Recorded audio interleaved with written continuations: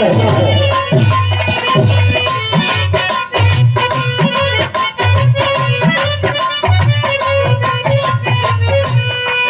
बात ध्यान से भजन के सुन नहीं बानी भान सदगुरु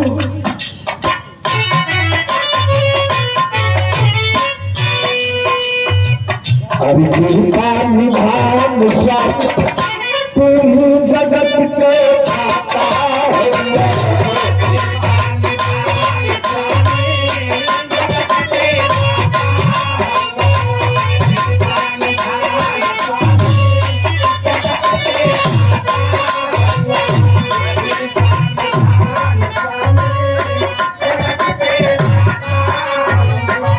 कृपा निधान सदगुरु कृपा निधान स्वामी जगत के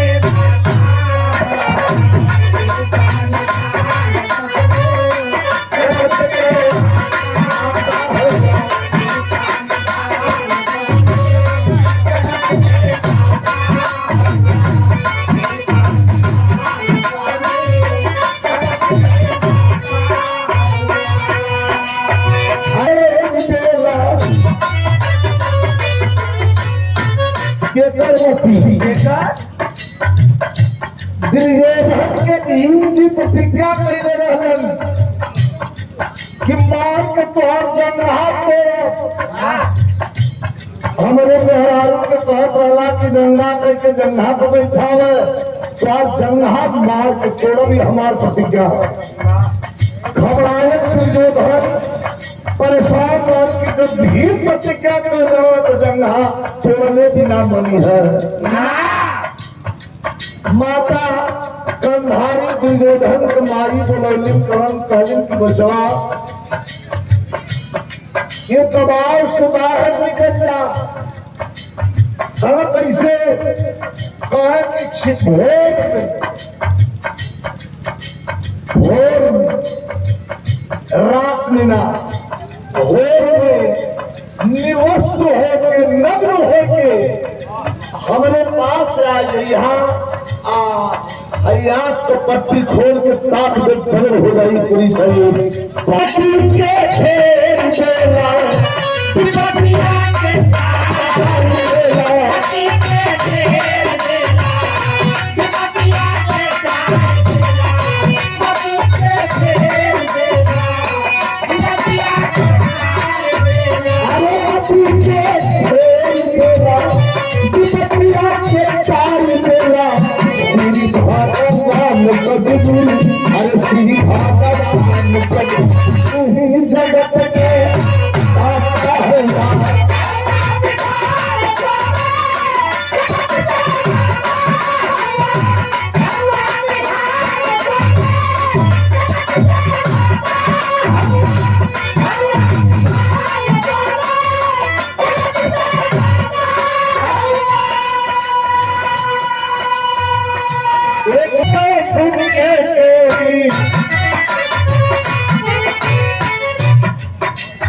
अरे भगत को सुन के तेरी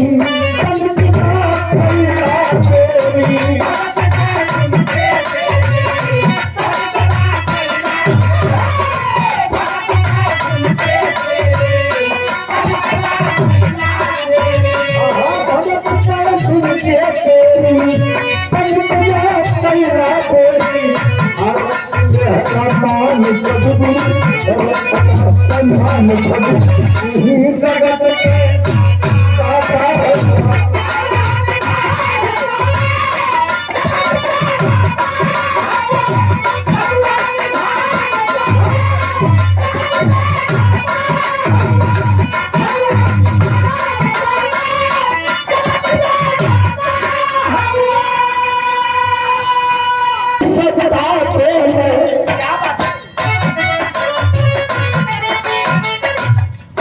कुछ अच्छा हो रहा है तो तुम्हारी मर्जी है, कुछ बुरा हो रहा है तो भी तुम्हारी मर्जी है। इसलिए कहता है भक्त सतत में भी सत्ता दे मर्जी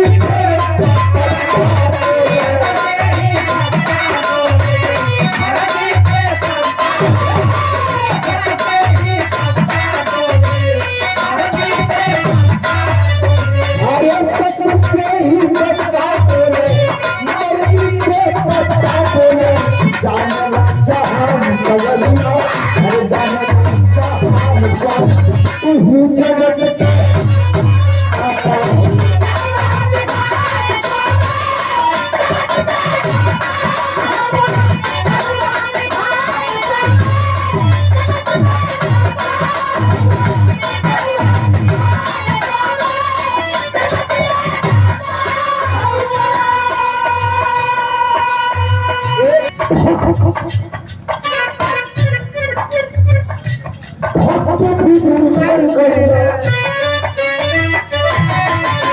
सुन ले भक्त भी भाई नहीं प्रेम से भगवान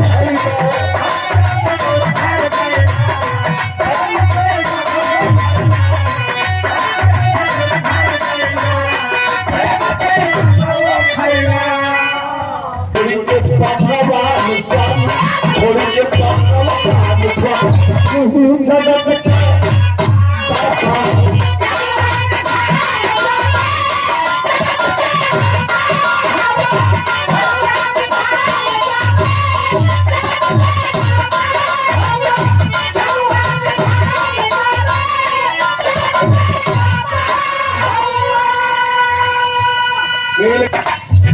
अरे बाबा पास कहीं